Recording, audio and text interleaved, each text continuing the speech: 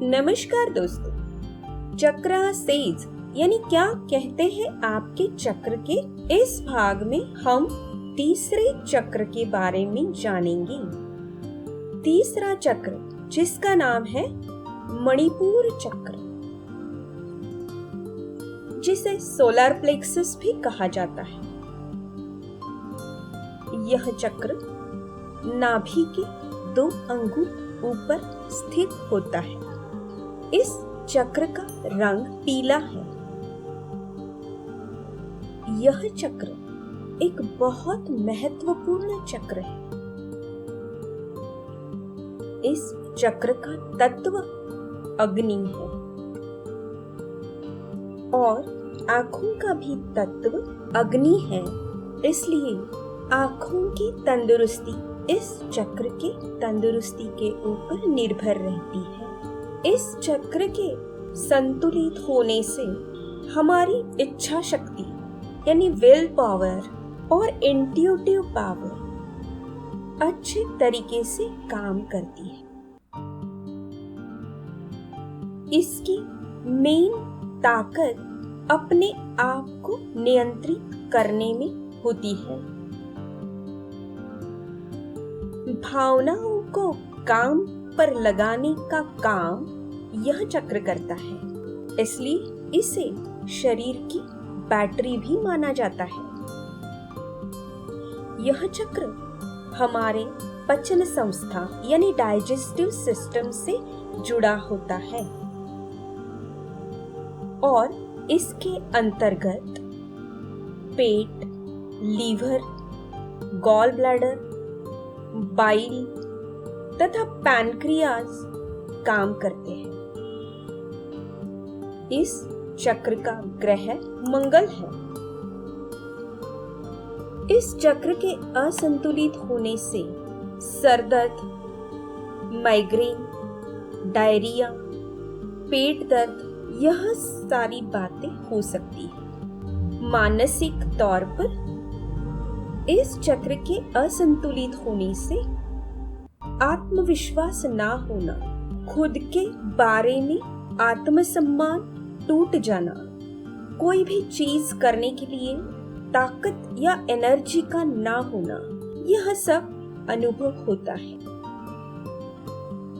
भावनिक स्तर पर इस चक्र के असंतुलित होने से क्रोध बढ़ता है, अस्वस्थता अनुभव होती है। इस चक्र का जो चिन्ह है उसमें 10 पंखुड़ियां दिखाई गई है। यह 10 पंखुड़ियां योग शास्त्र में बताए गए 10 प्राणों को निर्देश करती है। प्राण जिसे हम वाइटल फोर्स भी कह सकते हैं।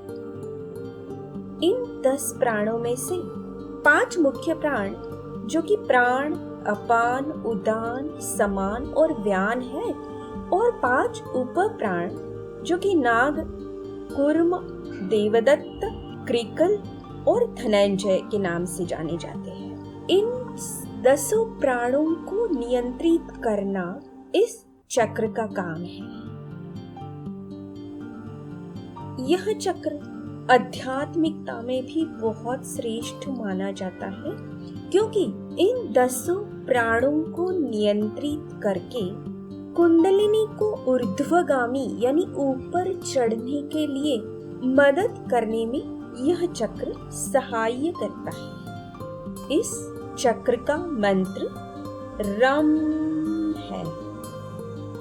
इस चक्र का मुख्य और महत्वपूर्ण काम यह है, हमारी निर्णय क्षमता बढ़ाने में, सही करने में यह काम करता है। अगर यह चक्र असंतुलित है तो हमारी निर्णय लेने की क्षमता पर असर करता है और हम सही या वक्त पर निर्णय नहीं ले पाते।